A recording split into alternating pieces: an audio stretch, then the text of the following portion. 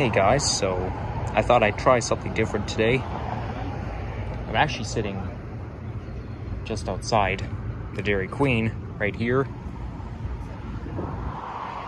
And it's right here. Right now I'm on Islington. This is Islington Avenue right here. And there's a pizza over there. Well, it's a nice day to eat outside, but I kind of thought I'd do something different by trying this mint Oreo blizzard. Yeah, this is the size. It's a small size right here. But yeah, that's what they call their ice cream. And I must say, they actually make pretty good ice cream there, because I've tried their blizzards before. It's pretty good, but I've never tried this flavor.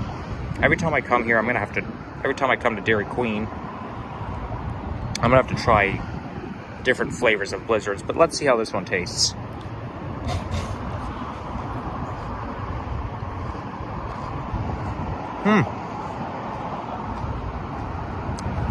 Tastes pretty good, I must say. Maybe not as good as I was expecting it, but yeah, it's doesn't taste too bad.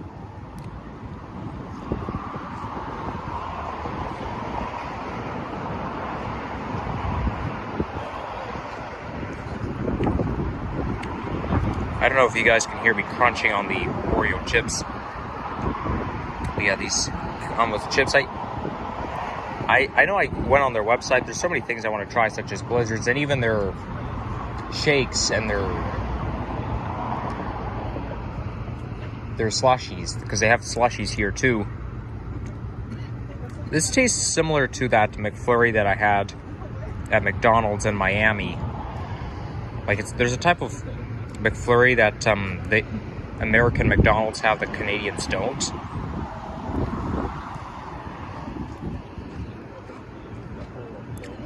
And this one tastes quite similar. But anyways, I am kind of tempted to film another video like here after this. So yeah, this will be something a little different. So yeah, I guess I'll see you later, everyone. All right, I'm back, everyone. So I'm still in the Thistletown neighborhood, but I'm one of the side streets south of Albion Road. So this is not like the same side street where my old house is. No, I'm actually going to be, in this video, I'm going to be visiting two of the Elm Bank homes. Yes, these are two homes there called Elm Bank, which were owned / built by John Grubb. Oh, looks like is that a park over there? I guess it is. Well, I have a feeling, you know what? I have a feeling that my mom and I might have like walked around here when I was little, because I do remember one time going for a walk around the neighborhood when I was little, but I think it was a little bit east of here where Thistletown Collegiate is.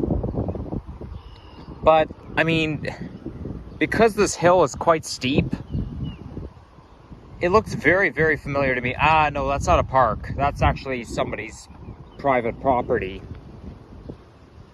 Well, good to know. So as you can see, there's actually a creek down there. And that's the creek that runs by Thistletown Park, which is on Islington Avenue, just a little bit south of Albion Road. Private property ahead, no public access. Well, the roadway is not private property.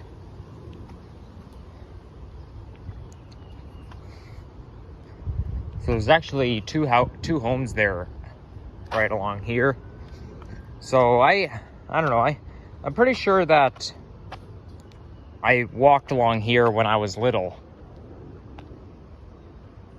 So what house am I looking for?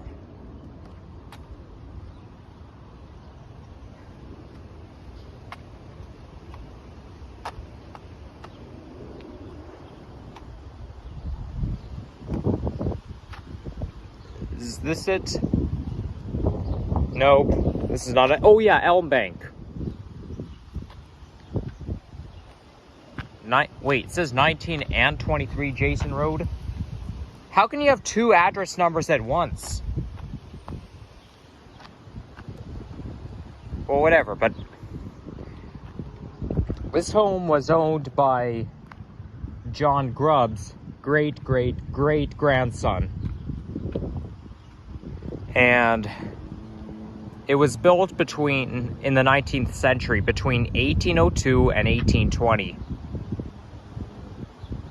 Now, this house, okay, this one says 23 on it. Now, this house, it's unknown who built this house. It wasn't John Grubb who built it, but it was somebody else, but it's unknown. However, we do know that he owned this house. Now, John Grubb is like the king of this neighborhood because that's how, it's how this neighborhood got its name, because of his local doctor named William Thistle, and that's how they named this town, how they named this village Thistletown, or this neighborhood. But yeah, he owned, this is his house right here. But let's look for the one that he built. I know he built the other house.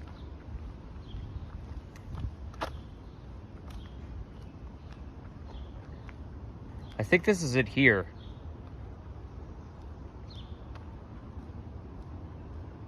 I don't see the number on the house, but... Or actually, I see a house behind this one. Maybe this is it. This house doesn't even have a number on it. It's kind of weird. I think every house should have a number on it. Or maybe there is a number, you just don't see it. Well, you know what? If that house... If that house over there is giving out two addresses at once, then I guess the house that John Grubb did build is the one behind that one. So, see, there's a house there, but then there's a house behind it. Now, that house behind it, yeah, he built and owned. Well, actually, no, he built that house behind it in 1835, after he moved here in 1833. He's from Scotland, and he moved here in 1833, then built that house in 1835. So, I know that's not much to show you, but I think that's important to know. Since it's my favorite neighborhood, it's good to know a little history. So, yeah, that's gonna be it. So take care, everyone, and... Well, that's a nice backyard this person has. May not be very polite to point the camera there. Well, actually, you know what? Maybe if I go a little bit up the hill, we could see what's... Oh, look at that. Somebody built a teepee there. Built of sticks. But I know that looks like a forest just down there. Because I know there's a creek there.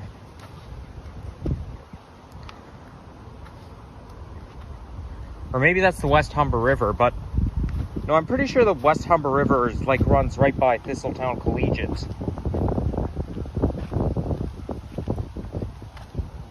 Yeah, it's basically just the forest right there. So, yeah, that's gonna wrap everything up. So I hope you guys enjoyed watching these two clips, me eating my Dairy Queen Blizzard and me visiting the Elm Bank homes.